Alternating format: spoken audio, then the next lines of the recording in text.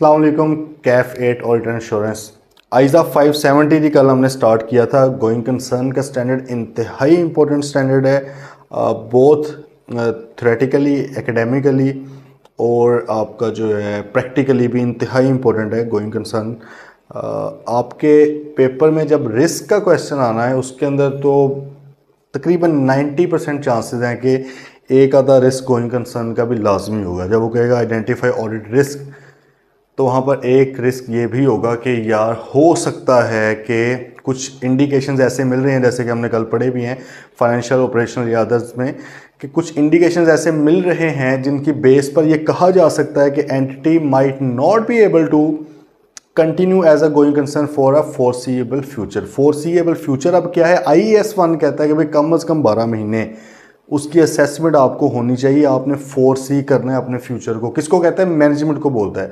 बीच में फिर आगे आइज़ा 570 वो कहता है कि भाईजान ऑडिटर साहब, मैनेजमेंट ने ये जो असेसमेंट की हुई है एटलीस्ट 12 मंथ्स की, उसको असेस कर लें। और अगर आपको लगता है कि यार इसको मज़ीद एक्सटेंड करना चाहिए असेसमेंट को, कोई ऐसे इवेंट्स कंडीशंस लग रहे हैं कि यार जो कि एंटिटी के गोइंग कंसर्न होने पर सिग्निफिकेंट डाउट कास्ट कर रहे हैं, तो भाई उसको भी ज़रा देख लें। ठीक है, ये आइज़ा 570 ने कहा। तो इसलिए भाई बड़ा इंपॉर्टेंट है कि हम देखें आइज़ा 330 के अंदर हमने ऑडिट रिस्क की बात की। हमने कहा था यार ऑडिट रिस्क से मुराद ये है कि कहीं मैं गलत ओपिनियन ना दे बैठूं। ठीक है, इसलिए ऐसी ऐसी चीज़ें जो कि मेरे गलत ओपिनियन की तरफ ना चली जाएं। मतलब है कि मैं मॉडिफाई ओपिनियन दे दूं हालांकि अनमॉडिफाई देना है, अनमॉडिफाइड दे दूं हालांकि मॉडिफाई देना है। तो इसलिए मैंने बड़ा क्लियर रहना है इन चीज़ों के बारे में। तो वहाँ पर हमारी फिर ये कोशिश होती है कि यार हमने ये नहीं देखना क्लाइंट को नुकसान हो रहा है किसी चीज़ का, तो वो रिस्क है भाई, वो बिजनेस रिस्क है, वो क्लाइंट का रिस्क है। हमारा रिस्क क्या है?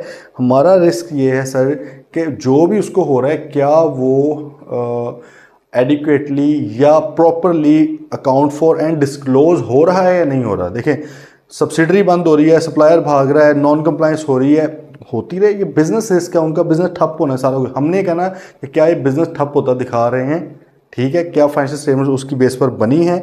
हमें गोइंग कंसर्न का ऐसा कोई मसला नहीं है, उनसे नहीं चलती कंपनी ना चले, हमारा क्या है। ठीक है, लेकिन हमें ये मसला है कि यार अगर ये गोइंग कंसर्न के ऊपर डाउट आ चुका है तो क्या ये डाउट बताया भी है इन्होंने कहीं या नहीं, हमने वो बस डिस्कस करना है उनसे। बात आ रही है समझ? तो भाई आ रहे हैं ज़रा चैप्टर 14 के लास्ट पे था आज इंशाल्लाह। ये आइज़ा 570 जो है एंड हो जाएगा। उसके बाद फिर रिपोर्ट के ऊपर आएंगे। रिपोर्ट इंतहाई इंपॉर्टेंट है, वो भी बहुत ज़्यादा इंपॉर्टेंट है। अच्छा जी, अब वो कह रहा है कि ये हमने कल डिस्कस किया कि IAS 1 के मुताबिक कम अज़ कम 12 महीने की बनानी होती है असेसमेंट। ज़्यादा की बना सकती है मैनेजमेंट। अगर वो ज़्यादा की बनाती है तो आप सारी की सारी देखें। अगर वो 8 महीनों की 9 महीनों की बनाती है उससे फिर कहें कि भाईजान ये तो नॉन कंप्लायंस कर रहे हैं आप अपने AFRF की। AFRF ही कह रहा है, IAS 1 कह रहा है कि आपने एटलीस्ट 12 मंथ की बनानी है, वो तो बनाओ। अच्छा, वो कहता है कि आइज़ा 570 कहता है अगर ऑडिटर को ये लगता है कि यार नहीं 12 महीने नहीं, मुझे मजीद की भी चाहिए, तो वो मजीद भी देख सकता है। बट ऑडिटर की जो एक्टिव रिस्पॉन्सिबिलिटी है ना इनको कंडीशंस को, इवेंट्स को देखने की, वो उसी पीरियड की है जिस पीरियड तक की मैनेजमेंट ने असेसमेंट खुद की हुई है, उसको इवेल्युएट करना है क्या किया कि नहीं। ठीक है, लेकिन पीरियड बियॉन्ड मैनेजमेंट असेसमेंट, मतलब है कि मैनेजमेंट के असेसमेंट से भी आगे अगर आप देखना चाह रहे हैं अपने तौर पर, तो वो कहता है कि यार फिर आप इंक्वायरीज ही कर सकते हो, मैनेजमेंट से पूछ ही सकते हो। पैसिव रिस्पॉन्सिबिलिटी है आपकी, अब इतनी एक्टिव नहीं है, इतनी ज़्यादा रिस्पॉन्सिबिलिटी नहीं है, but still you have to be aware. सही है। अच्छा, अब वो कहते हैं एडिशनल प्रोसीजर व्हेन इवेंट्स, बल्कि पहले ऊपर वाली बात डिस्कस कर लें। Auditor shall also determine whether management has already performed a preliminary assessment of continue as going concern. ठीक है, कि क्या उसने बनाई हुई है।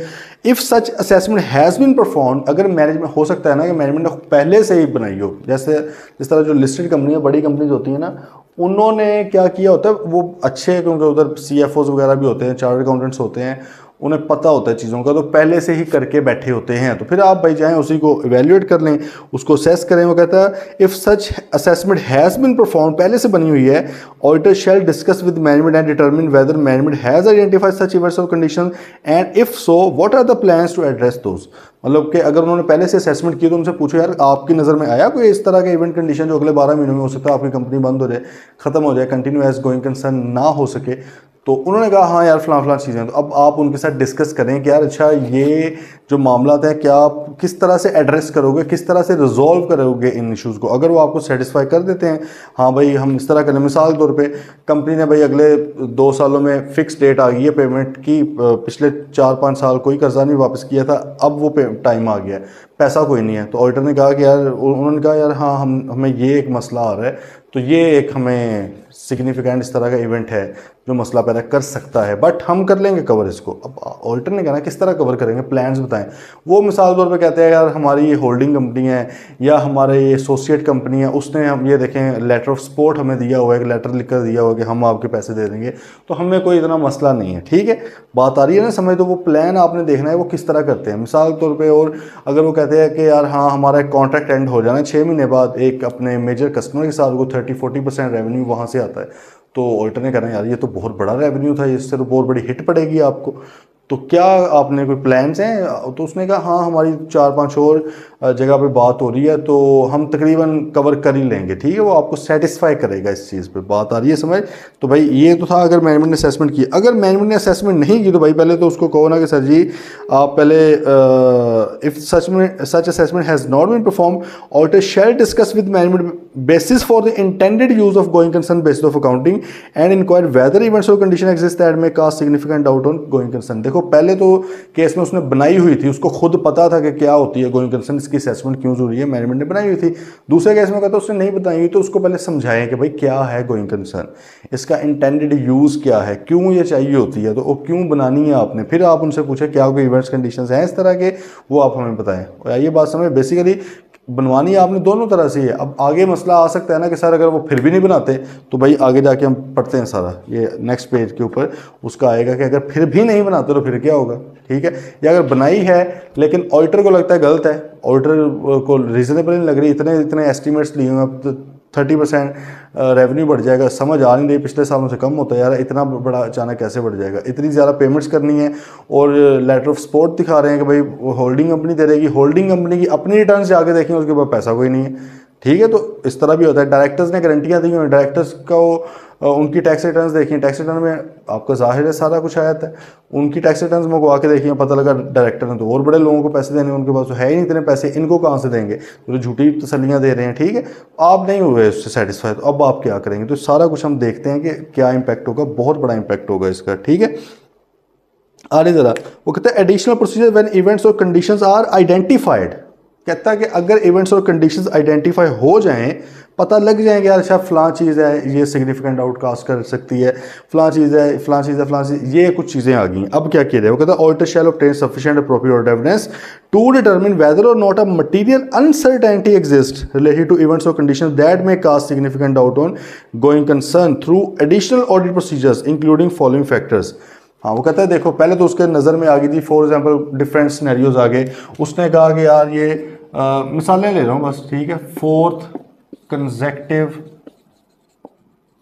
ईयर ऑफ लॉसेस, भाई चौथा साल आ गया लॉस ही हो जा रहा है, ख़त्म नहीं हो रहे लॉस। ठीक है, आप ये कह लें कि 5:1 डेट एक्विटी रेशो भी होगी पड़ी है इनकी। ठीक है, मतलब कि डेट 5 है, एक्विटी कम है। ठीक है, और आप ये कह लें कि major supplier terminated the contract, भाई उसने कॉन्ट्रैक्ट टर्मिनेट कर दिया, ये भी एक रीज़न हो सकती है। हो सकता है कि इतना बड़ा मसला ना हो, सप्लायर रिप्लेस कर लिया जाए, बट ऑब्वियसली हम तो कंडीशन देख रहे हैं किस किस तरह की हो सकती है। और आप मतलब इतनी पड़ी है, हम ये कह सकते हैं कि non compliance of material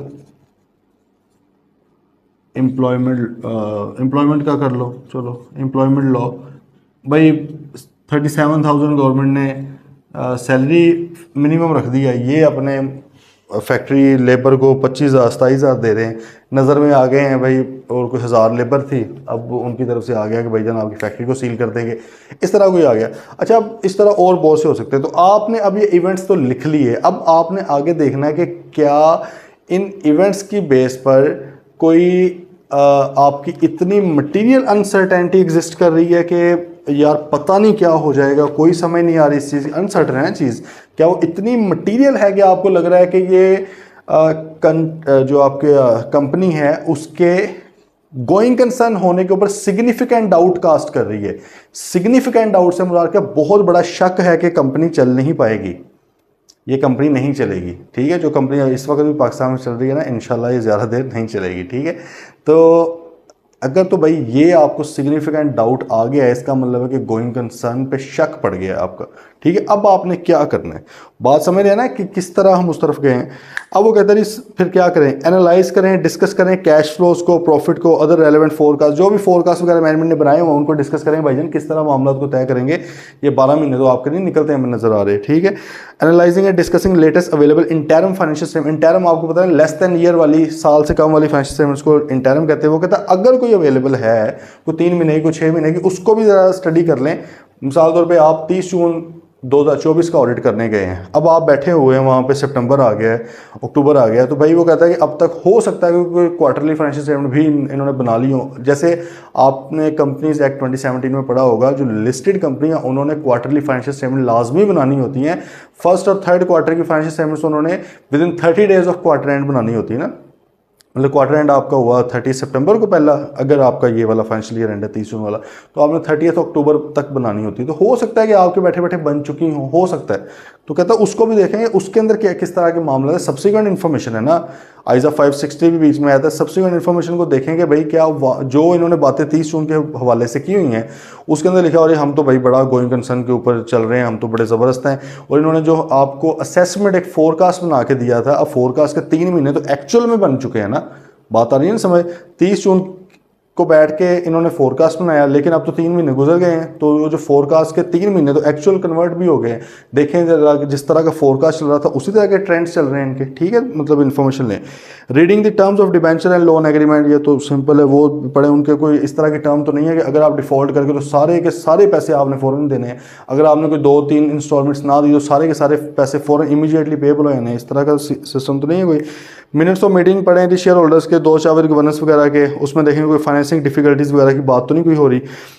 entities legal council, उससे कोई केसेस शेसेस अगर चल रहे हैं, लीगल एडवाइज़र से, उससे लीगल काउंसिल से मुराद लीगल एडवाइज़र, उससे लें भाई, उसके के लिटिगेशन क्लेम्स के ऊपर उसकी क्या असेसमेंट है, उसको क्या लगता है कि ये जो एंटिटी जिस तरह बता रही है कि भाई हमने तो कुछ नहीं लेना देना किसी का, तो इसी तरह ये है या कोई मामला और है। ठीक है, audit procedure regarding subsequent events, subsequent events के प्रोसीजर वही आइजा 560, आइजा 560 के तहत, क्योंकि अब आप 30 जून के बाद आ चुके हो गए, अब आपके पास बहुत सी पिक्चर मजीद क्लियर हो चुकी होगी, जो कि 30 जून पे एस्टिमेट्स थे।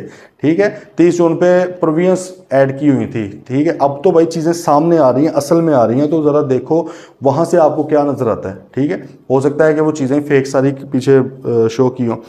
Confirming existence terms and adequacy of borrowing facilities, obtaining and reviewing reports of regulatory actions, कोई इदारों से तो नहीं कोई एक्शन वगैरह है। और रिटर्न रिप्रेजेंटेशन भी लाजमी उनसे लें कि भाई दोस्त चाविद गवर्नेंस और मैनेजमेंट से ले लें कि उनके क्या प्लान्स हैं। ठीक है, फ्यूचर के बारे में फिजिबिलिटी क्या है, उनके जो प्रोजेक्ट्स वगैरह वो जो करना चाह रहे हैं, जो प्लान्स करना चाह रहे हैं, मतलब है कि वो इसको किस तरह कवर करेंगे, इसकी आइजा 580 के मुताबिक उनसे रिटर्न रिप्रेजेंटेशन भी ले लें। बात आई है भाई समझ। ठीक है, अब अगली बात आई implication for the auditor's report. पहले इम्प्लीकेशन से पहले ना इसको थोड़ा हम कर लेते हैं, समझ लें रिवाइज, एक तरह से रिवाइज, ताकि आप एक प्रोसेस वाइज इस चीज़ को लेकर चलें। अच्छा, ये चीज़ें जैसे कल मैंने आपको बताया था, ये प्लानिंग और फाइनलाइजेशन दोनों लेवल पे ये गोइंग कंसर्न चल रही होती है। प्लानिंग पर भी इसलिए ज़रूरी है क्योंकि भाई AFRF की बुनियाद है ना, एक गोइंग कंसर्न वाला AFRF है, एक नॉन गोइंग कंसर्न का बिल्कुल और तरह अकाउंट्स बनते हैं। तो ये ना हो कि बाहर में जाके एंड में पता लगे और सारे अकाउंट्स ही चेंज हो रहे हो। हाँ, हो सकता है कि पहले आपकी कोई कंडीशन इस तरह का नज़र ही ना आए, बाहर में नई इन्फॉर्मेशन आ गई, ये पॉसिबिलिटी है, but you should always try to get some information at the planning level. आपने भाई उस लेवल पर ही कोशिश करनी है, कुछ ना कुछ तो आपको भाई उसमें मिले। ठीक है, तो आप ये कह सकते हैं कि पहले जो है मैनेजमेंट जो है असेसमेंट होगी, उसकी मैनेजमेंट असेसमेंट, वो अपनी असेसमेंट बनाएगी एज पर IAS 1। ठीक है, IAS 1 जो कहता है कम से कम 12 महीनों करनी, भाई वो करेगी। अगर वो नहीं करती, इसको आप लिख रहे हैं if not already done by management, ask management, ये ऑडिटर साहब का काम है टू परफॉर्म। देखें असेसमेंट उसी ने बनानी, उसको पता है ना भाई उसके क्या प्लान्स हैं, उसके क्या थॉट्स हैं, उसके डायरेक्टर्स ने क्या, उसके शेयर होल्डर्स ने क्या फैसला करने हैं, तो उनको पता, हमें क्या पता। हम तो मिनट्स ऑफ मीटिंग ही पढ़ सकते हैं ना, वो भी बात जब हो जाएगी चीज़ उसके बाद की, लेकिन उनके माइंड्स में क्या चल रहा है, मैनेजमेंट क्या प्लान है, ये तो वो बताएंगे हमें। ठीक है, तो भाई अगर ऑलरेडी नहीं है तो फिर उसको कहेंगे यार अपनी परफॉर्म करें असेसमेंट। ठीक है, एज पर IAS 1। ठीक है, अच्छा ये भी हो सकती है, और आप इसमें ये भी लिख सकते हो, ऑल्टर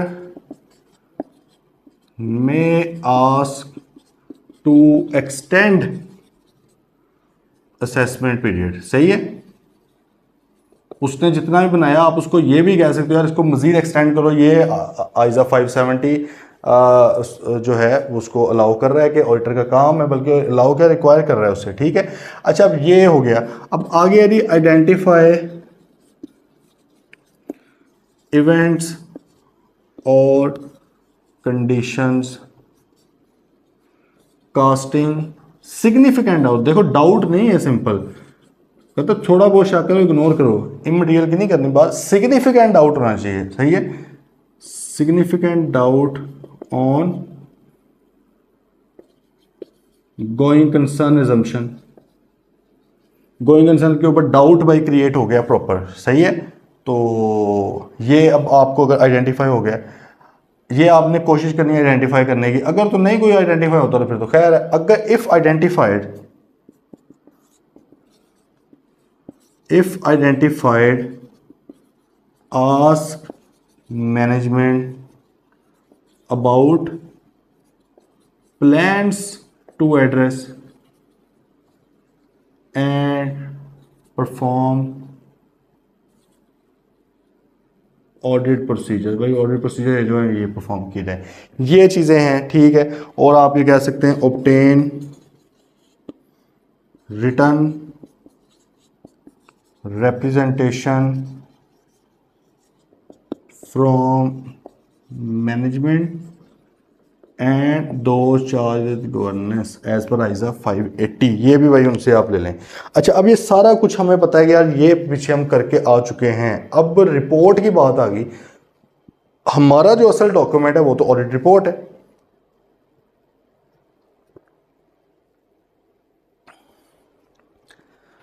अच्छा अब रिपोर्ट के लिए वर्ड्स यहाँ पे कुछ यूज़ हो रहे होंगे ओपिनियंस के, समझ आ जाएं अभी तो ठीक है, बट अभी हम डिटेल में नहीं बात करेंगे क्योंकि आइजा 705 के मुताबिक करनी है, आइजा 700 के मुताबिक करनी है, तो अब ये वो इंशाल्लाह कल से स्टार्ट हो जाएगा, उसमें डिटेल में बात होगी। ठीक है देखें ऑडिट रिपोर्ट का खोल लें ज़रा, आप लोगों के पास ऑडिट रिपोर्ट मौजूद है। ठीक है, मैंने शायद अपनी फर्म वाली भी सेंड की हुई है, और आपको एनुअल रिपोर्ट्स जो हैं लिस्टेड कंपनीज़ की उसमें भी आप ऑडिट रिपोर्ट देख लें, उसमें आपका वही एड्रेस टू मेंबर वगैरह वो सारी चीज़ें आ जाती हैं। दैन आपका ओपिनियन सेक्शन आता है, बेसिस फॉर ओपिनियन सेक्शन आता है, कुछ होंगी अनमोडिफाइड होंगी, कुछ क्वालिफाइड होंगी। ठीक है, रिपोर्ट जिनके अंदर कुछ चेंजेस आई हों। तो अब ज़रा बात करनी है गोइंग कंसर्न का क्या असर पड़ता है ऑडिट रिपोर्ट के ऊपर। बड़ी इजीली बात आपको समझ आएगी। देखो आप फिलहाल ये समझ लें, हमने बात की थी, वर्ड्स तो आपको याद होंगे ना, एडवर्स और डिस्क्लेमर वगैरह यूज़ किया हुआ है। ठीक है, दोबारा आपको मैं बताता हूँ। देखो एक रिपोर्ट होती है अनमोडिफाइड, अनमोडिफाइड से मुराद है कि भाई किसी तरह का कोई मसला नहीं है, ये रिपोर्ट की बात हो रही है। हमने कहा हुआ है अनमोडिफाइड रिपोर्ट कुछ और है, अनमोडिफाइड ओपिनियन कुछ और है। कई बार रिपोर्ट मॉडिफाई हो जाती है as per ISA 706 other matter paragraph या एम्फसिस ऑफ मैटर पैराग्राफ, लेकिन ओपिनियन फिर भी साफ रहता है। साफ रहने से मुराद है कि ओपिनियन रिमेन्स अनमोडिफाइड। ठीक है, यहां पर हम बात करने जा रहे हैं ओपिनियन के मॉडिफाई होने की, कि क्या ओपिनियन मॉडिफाई होगा या नहीं होगा। तो भाई एक तो ओपिनियन होता है अनमोडिफाइड ओपिनियन, ठीक है, ये पहले भी लिखा हुआ था इसलिए नहीं मैं लिखता। ठीक है और एक होता है मॉडिफाइड ओपिनियन, ओपिनियन चेंज हो गया। अब जो ओपिनियन चेंज होता है ना, रिपोर्ट चेंज होने की बात नहीं कर रहा। देखो ओपिनियन चेंज होगा, रिपोर्ट ऑटोमेटिकली चेंज हो जानी, क्योंकि रिपोर्ट के अंदर किसी भी जगह पे किसी भी कोने में कोई चेंजेस आई है, रिपोर्ट होगी मॉडिफाई। अब ओपिनियन क्योंकि पार्ट ऑफ रिपोर्ट है, तो अगर ओपिनियन चेंज हुआ तो रिपोर्ट भी बेसिकली चेंज होगी। ठीक है, हम बात करें ओपिनियन मॉडिफाई होने की, तो भाई एक तो अनमोडिफाइड ओपिनियन और फिर है एक मॉडिफाइड ओपिनियन। मॉडिफाइड ओपिनियन जो है वो तीन तरह का होता है। एक को हम बोलते हैं क्वालिफिकेशन, क्या बोलते हैं, क्वालिफाइड ओपिनियन, क्वालिफिकेशन लगना। क्वालिफाइड ओपिनियन से मुराद ये है कि भाई आपके दो ही रीज़न होती है ना रिपोर्ट ओपिनियन मॉडिफाई होने की, या तो मिस स्टेटमेंट है या स्कोप लिमिटेशन है। ये तो हमें क्लियर है ना बात, या तो मिस स्टेटमेंट है या स्कोप लिमिटेशन है। वो कहता है अगर तो मटीरियल मिस स्टेटमेंट है, कोई बड़ी गलती है, इमटीरियल को तो वैसे कुछ नहीं ना करते और फारिग है, मटीरियलिटी के मुताबिक आइजा 320 के मुताबिक हमने फैसला करना होता है। हमने कहा यार मटीरियल है, बहुत मटीरियल नहीं है, बहुत ज़्यादा नहीं है, उसको वर्ड यूज किया जाता है परवेजिव। क्या यूज़ किया जाता है? परवेजिव। हम कहते हैं परवेजिव नहीं है, बहुत बड़ी चीज़ नहीं है, लेकिन मटीरियल है, मटीरियलिटी लेवल से ऊपर निकल गई है। मिसस्टेटमेंट या स्कोप लिमिटेशन। स्कोप लिमिटेशन क्या था? एविडेंस नहीं मिला। जिस चीज़ का एविडेंस नहीं मिला उसकी जो अमाउंट है वो मटीरियल है, परवेजिव नहीं है, बहुत बड़ी आइटम नहीं है लेकिन बड़ी चीज़ है, ठीक है, मटीरियल है। तो इसकी बेस पर जो ओपिनियन दिया जाता है ना, कोई भी मसला हो, गोइंग कंसर्न क्या, रिसीवेबल, पेएबल, रेवेन्यू, जहां कहीं भी मसला आएगा आपने हमेशा यही देखना है कि क्या वो मिस स्टेटमेंट है या वो स्कोप लिमिटेशन है। अच्छा जी, मिस स्टेटमेंट है, मिस स्टेटमेंट है तो मटीरियल है या परवेसिव है? आपने कहा मटीरियल है, परवेसिव नहीं है, बहुत ज़्यादा मटीरियल नहीं है, बस मटीरियल है, ठीक है। आप इसके ऊपर क्वालिफाइड ओपिनियन देते हो। बात आ रही है समझ? मटीरियल मिस स्टेटमेंट या मटीरियल स्कोप लिमिटेशन तो क्वालिफाइड ओपिनियन। अच्छा, फिर बात आ गई कि सर अभी हमने परवेजिव वर्ड बीच में डाल दिया, तो परवेजिव का मतलब अगर बहुत ही ज़्यादा मटीरियल है, मिसाल के तौर पे कोई फिगर्स इस तरह नहीं स्टैंडर्ड बताता, जजमेंटल होती है चीज़। मिसाल के तौर पे आप कहें कि 10 मिलियन आपकी मटीरियलिटी थी, एक गलती निकल आई किसी जगह पे गोइंग कंसर्न में, आप कह रहे हैं बल्कि दूसरी स्टॉक वगैरह, रेवेन्यू वगैरह, रिसीवेबल, पेएबल में कोई 12 मिलियन की गलती निकले। हमने कहा 10 मिलियन का था, प्लानिंग मटीरियलिटी थी, 12 मिलियन का मसला निकला है, चलो ये मटीरियल है, ये बहुत बड़ा नहीं है। दूसरी तरफ 10 मिलियन की मटीरियलिटी थी, 80 मिलियन, 90 मिलियन का मसला निकल आया है, ठीक है। तो भाई यहां पर हम कह सकते हैं कि परवेजिव है। डिपेंड करेगा, मैं सिर्फ आपको एक फ़र्क बता रहा हूं, ठीक है, क्योंकि बहुत ज़्यादा आउट ऑफ मटीरियलिटी होगी ना चीज़, ठीक है। अच्छा, तो भाई अगर परवेजिव मिस स्टेटमेंट हो या परवेजिव क्या हो, स्कोप लिमिटेशन हो, तो भाई उसकी अगर तो आपका परवेजिव मिस स्टेटमेंट है तो उसकी बेस पर फिर जो ओपिनियन दिया जाता है उसको कहते हैं एडवर्स ओपिनियन। क्या बोलते हैं? Adverse opinion. लेकिन इसी तरह अगर परवेजिव स्कोप लिमिटेशन लगी हो, स्कोप लिमिटेशन से मुराद है कि बहुत ज्यादा, मतलब कि एविडेंस नहीं मिला। परवेजिव स्कोप लिमिटेशन से मुराद क्या? बहुत ज्यादा एविडेंस नहीं मिले, कुछ मिल ही नहीं रहा, इतने बड़े लेवल पर हो रही है चीज़। तो भाई वो कहते हैं फिर ऑडिट किस चीज़ का करने हैं? डिस्क्लेमर दे दें, we do not express any opinion, disclaimer दे के निकलो भाई यहाँ से, ठीक है। हमने वर्डिंग थोड़ी सी बात की हुई है कि बाकी आइजा 705 में दोबारा करेंगे, अभी सिर्फ आपको समझाने के पर्पज़ के लिए बता रहा हूँ। क्वालिफाइड ओपिनियन में हम कहते हैं यार ये जो 1 2 4 नीचे पॉइंट है, इनके अलावा सब कुछ ठीक है, क्वालिफाइड ओपिनियन है, मतलब ये गलत है, ये हम बता देते हैं ये मसाइल हैं, लेकिन बाकी सब कुछ ठीक है। एडवर्स में हम कहते हैं सब कुछ ही गलत है, ठीक है। और डिस्क्लेमर में हम कहते हैं भाई हम ओपिनियन ही नहीं दे रहे, हमें मिला ही कुछ नहीं है, किस चीज़ का हम ओपिनियन दें, ठीक है। तो इसमें बड़ी डिटेल में हमारी डिस्कशन होनी है। तो ये अब ओपिनियंस क्योंकि उसने मेंशन किए हुए नाम, इसलिए मैंने आपको बता दिए हैं। आ रहे ज़रा, वो कहते हैं पहला सिनेरियो, गोइंग कंसर्न के हवाले से क्या क्या रिपोर्ट के ऊपर मसले आएंगे। वो कहता है भाई एक तो यानी going concern basis is inappropriate, जो बेसिस है गोइंग कंसर्न की वो ही इनअप्रोप्रिएट है, मतलब ये गोइंग कंसर्न नहीं है लेकिन उसने गोइंग कंसर्न बेसिस पे फाइनेंशियल स्टेटमेंट्स बना दिए हैं। वो कहता है इसके ऊपर आपने क्या देना है? एडवर्स ओपिनियन देना है, ठीक है। क्या देना है? Adverse opinion. अच्छा, अब इसकी वर्डिंग शेडिंग क्या होती है ये तो ऑब्वियसली आइजा 705 में हम पढ़ लेंगे। यहाँ पर वो इसलिए उसने बुक में एंड पे लिखा है कि वो पढ़ के आए हुए हैं आप, लेकिन मेरी अंडरस्टैंडिंग ये है कि भाई पहले ये पढ़ाना चाहिए क्योंकि उसके बाद फिर रिपोर्ट पे जाएंगे। ये छोटा सा सेक्शन है, अगर अभी नहीं भी समझ आएगा रिपोर्ट जैसे साथ कल से पढ़ना स्टार्ट करेंगे इंशाल्लाह आ जाएगा। दूसरा पॉइंट वो कहते हैं going concern basis is appropriate, वो तो अप्रोप्रिएट है बट अब मटीरियल अनसर्टेनिटी एग्जिस्ट। बात आइए समझ। कहते हैं यार कोई एक आधी मटीरियल अनसर्टेनिटी एग्जिस्ट कर रही है, कोई नॉन कंप्लायंस है या कोई ना कोई मसला है, बट ओवरऑल बेसिस ठीक है। एक तो ये सिनेरियो, या वो कहता है adequate disclosure is made in the financial statement, और इस बात का एडिक्वेट डिस्क्लोज भी किया हुआ है उसने फाइनेंशियल स्टेटमेंट में, यार फलां एक मसला हमारा चल रहा है, वैसे हमारे गोइंग कंसर्न का मसला नहीं है बट ये मटीरियल अनसर्टेनिटी तो है। तो वो कहता है भाईजान आपने क्या करना है, फाइनेंशियल स्टेटमेंट्स के अंदर एक पैराग्राफ डालना है material uncertainty related to going concern, लेकिन ओपिनियन क्या रहेगा? अनमोडिफाइड रहेगा। गाल जरा फॉलो कर रहे हो, बात क्या है? उसने कहा यार कोई एक दो मटेरियल अनसर्टेनिटीज हैं लेकिन ओवरऑल जब उसको असेस किया गया है तो गोइंग कंसर्न का मसला नहीं है, मतलब गोइंग कंसर्न बेसिस बिल्कुल ठीक है, मसला एक दो चीज़ों का है बट वो इतनी बड़ी नहीं है कि कंपनी फारिग हो जाए। ओके। और कंपनी ने ये बात को डिस्क्लोज भी कर दिया अपनी फाइनेंशियल, बड़ी बीबी किस्म की कंपनी है, बट क्योंकि मटेरियल अनसर्टेनिटी तो है ना, इसलिए हम ओपिनियन को क्वालिफाई वगैरह नहीं करेंगे। बिल्कुल मैनेजमेंट ने हमारा, देखो ओपिनियन को क्वालिफाई या एडवर्स या डिस्क्लेम कब करना है, अगर वो हमारी बात नहीं मानते एज पर स्टैंडर्ड्स। लेकिन उन्होंने तो मान ली, हमने कहा यार ये मसला है आपका, कंपनी तो नहीं ठप हो रही, बिल्कुल सही है आप कह रहे हैं, लेकिन ज़रा इसको डिस्क्लोज कर दो। उन्होंने कहा सर डिस्क्लोज कर देते हैं, उन्होंने कर दिया है।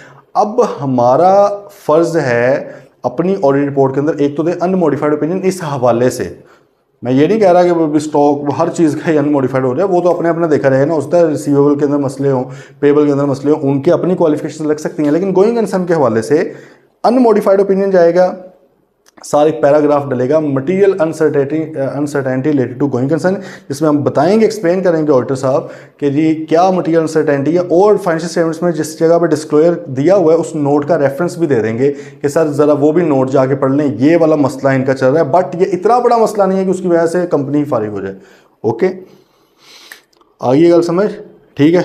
नेक्स्ट वो कहता है अगला मसला है going concern basis is appropriate but material uncertainty exist. देखो ऊपर वाला ही है, ये भी ऊपर भी ये था ना कि गोइंग कंसर्न बेसिस ठीक है लेकिन मटेरियल अनसर्टेनिटी है। यहाँ पर भी वो कह रहा है गोइंग कंसर्न बेसिस ठीक है बट कोई छोटा मोटा मसला है तो सही, मटेरियल ठीक है, लेकिन यहाँ पर मसला क्या है, डिस्क्लोजर नहीं दिया, डिस्क्लोजर नहीं दे रहा वो, ठीक है भाई। जब डिस्क्लोजर नहीं दे रहा, वो मिसस्टेटमेंट कर रहा है चीज़ की। अकाउंटिंग IS 1 कहता है ना कि भाई डिस्क्लोज करो फाइनेंशियल स्टेटमेंट्स के अंदर, वो डिस्क्लोज नहीं कर रहा। तो अगर आप अकाउंटिंग स्टैंडर्ड्स की बात नहीं मारे तो आप मिसस्टेट कर रहे होते हो। तो उसने कहा कि भाई आप क्वालिफाइड या एडवर्स ओपिनियन दो, या, और उसने क्यों बोला अभी मैंने आपको बताया। अगर तो वो मटीरियल चीज़ थी तो क्वालिफाइड ओपिनियन, मटीरियल मिसस्टेटमेंट थी तो क्वालिफाइड ओपिनियन, अगर बहुत बड़ी मिसस्टेटमेंट है, मटीरियल परवेजिव मिसस्टेटमेंट है तो एडवर्स ओपिनियन आपने देना। इनमें से जो भी दोनों में से आपको मुनासिब लग रहा है, सही है। ये ऑडिटर की जजमेंट है, वो कौन सा ओपिनियन देना चाहता है, उसकी जाहिर नीचे बेसिस भी लिखनी होती है, वो लिखेगा फिर। ओके जी, नेक्स्ट पॉइंट है management unwilling to make or extend its assessment. लो जी, मैनेजमेंट असेसमेंट बना ही नहीं रही, मैनेजमेंट असेसमेंट बना ही नहीं रही या वो एक्सटेंड नहीं कर रही। देखो अब ये बताइए मिसस्टेटमेंट है या स्कोप लिमिटेशन है। मैनेजमेंट असेसमेंट बना ही नहीं रही। देखो ऑडिटर असेसमेंट को देखता, उसमें से गलतियां निकाल सकता था, यार ये मिसस्टेटेड है। असेसमेंट है ही नहीं, ना ढोला होसी ना रोला होसी, असेसमेंट एग्जिस्ट ही नहीं कर रही, एविडेंस ही नहीं एग्जिस्ट कर रहा, किस चीज़ को देखे। स्कोप लिमिटेशन क्या होती है, यही है ना कि भाई जब एविडेंस ही नहीं मिला तो किस चीज़ को असेस करना है, किस चीज़ का ऊपर प्रोसीजर्स लगाने हैं, तो भाई हमें तो वो ही नहीं मिला। तो ये है स्कोप लिमिटेशन। ये जो ऊपर वाला सिनेरियो था ना, ये जो थर्ड वाला पड़ा है, वो था मिसस्टेटमेंट का। मिसस्टेटमेंट क्या थी भाई, मटेरियल अनसर्टेनिटी है लेकिन गोइंग कंसर्न बेसिस ठीक है, बट मैनेजमेंट ने डिस्क्लोज ही नहीं किया, जबकि डिस्क्लोजर की रिक्वायरमेंट तो IS 1 कहता है कि देनी है आपने। मिसस्टेटमेंट की है आपने, accounting policy, accounting disclosure, accounting treatment गलत किया हो तो मिसस्टेटमेंट कहलाती है। इसके साथ लिख भी लें क्वालिफाइड ओपिनियन और एडवर्स ओपिनियन। क्यों है भला, क्योंकि उस डब्बे में लिखे मिसस्टेटमेंट है इसमें, ठीक है। अगर मटेरियल मिसस्टेटमेंट है तो क्वालिफाइड ओपिनियन, अगर प्रोवेजिव मिसस्टेटमेंट है तो एडवर्स ओपिनियन। नीचे वाले केस में कहता है वो उसने असेसमेंट ही नहीं बना के दिया आपको, या आपके कहने पर एक्सटेंड नहीं की, तो भाई ये तो उसने एविडेंस ही नहीं दे रहा, तो ये स्कोप लिमिटेशन है। इसको भी उसने कहा क्वालिफाइड और डिस्क्लेमर, मतलब आपको समझ आ गई है। मटेरियल स्कोप लिमिटेशन है, मटेरियल थी ये बात ज़्यादा, तो फिर भाई इसको क्वालिफाइड कर दो। अगर परवेजिव थी, बहुत बड़ी चीज़ थी, ठीक है, मतलब एंटिटी के आप समझ लो कि हालात बिल्कुल ही माड़े हुए पड़े हैं, सही है, लेकिन वो कोई असेसमेंट उसके ऊपर नहीं करके दे रहे, बहुत ही ज़्यादा आपको लग रहा है कि मेरे लिए ज़रूरी थी ये चीज़, तो भाई फिर आप डिस्क्लेमर भी दे सकते हैं। ओके जी, लास्ट मेरी कम्युनिकेशन में 2 चावर कौन है, उनके साथ आपने बात कर लेनी है, इवेंट्स वगैरह, ये सिंपल सी चीज़ है, ठीक है जी। लास्ट पे significant delay in approval of financial statement. वो कहता है जी अगर मैनेजमेंट आपके फाइनेंशियल स्टेटमेंट्स को साइन कर ही नहीं रही, अप्रूव कर ही नहीं रही, तो फिर भी आपने थोड़ा चौकन्ने हो ना कि यार कहीं मैनेजमेंट को डर तो नहीं है कि इधर इसको साइन करें, इसके अंदर गोइंग कंसर्न बेसिस हमने डाली हुई है, बाद में हमारी इधर कंपनी तो असल में बंद होने वाली है, इसलिए वो कह रहे थोड़ा सा शक्की हो जाए। ये वैसे इतनी इंपॉर्टेंट बात नहीं है, इसको इग्नोर करें, ठीक है भाई। गोइंग कंसर्न का आई होप आप लोगों को क्लैरिटी आ गई होगी। ये प्लीज़ ये दोनों लेक्चर बड़े इंतहाई गौर से तहम्मुल के साथ आपने समझने हैं, क्योंकि बड़े ज़रूरी हैं, ठीक है। ओपिनियंस का अगर अभी नहीं भी समझ आई तो जैसे ही हम इंशाल्लाह 700 सीरीज स्टार्ट करेंगे, आइज़ा 705 में जाके सारे ओपिनियंस तसल्ली के साथ देखने हैं और फिर इनके ऊपर डिस्कशन मज़ीद होगी। ठीक है जी, चलें। इसका जो है क्वेश्चंस भी मैं आपसे शेयर कर दूंगा, वो क्वेश्चन वगैरह प्लीज़ इसके लाजमी करें। ठीक है, मैंने आपको बताया कि ऑडिट रिस्क में इसकी बड़ी ज़्यादा अहमियत है। स्टैंड अलोन भी इसका कई बार आ जाता है कि यार ये हो तो क्या होगा, ये हो तो क्या, वो तो सीधा सीधा सा है।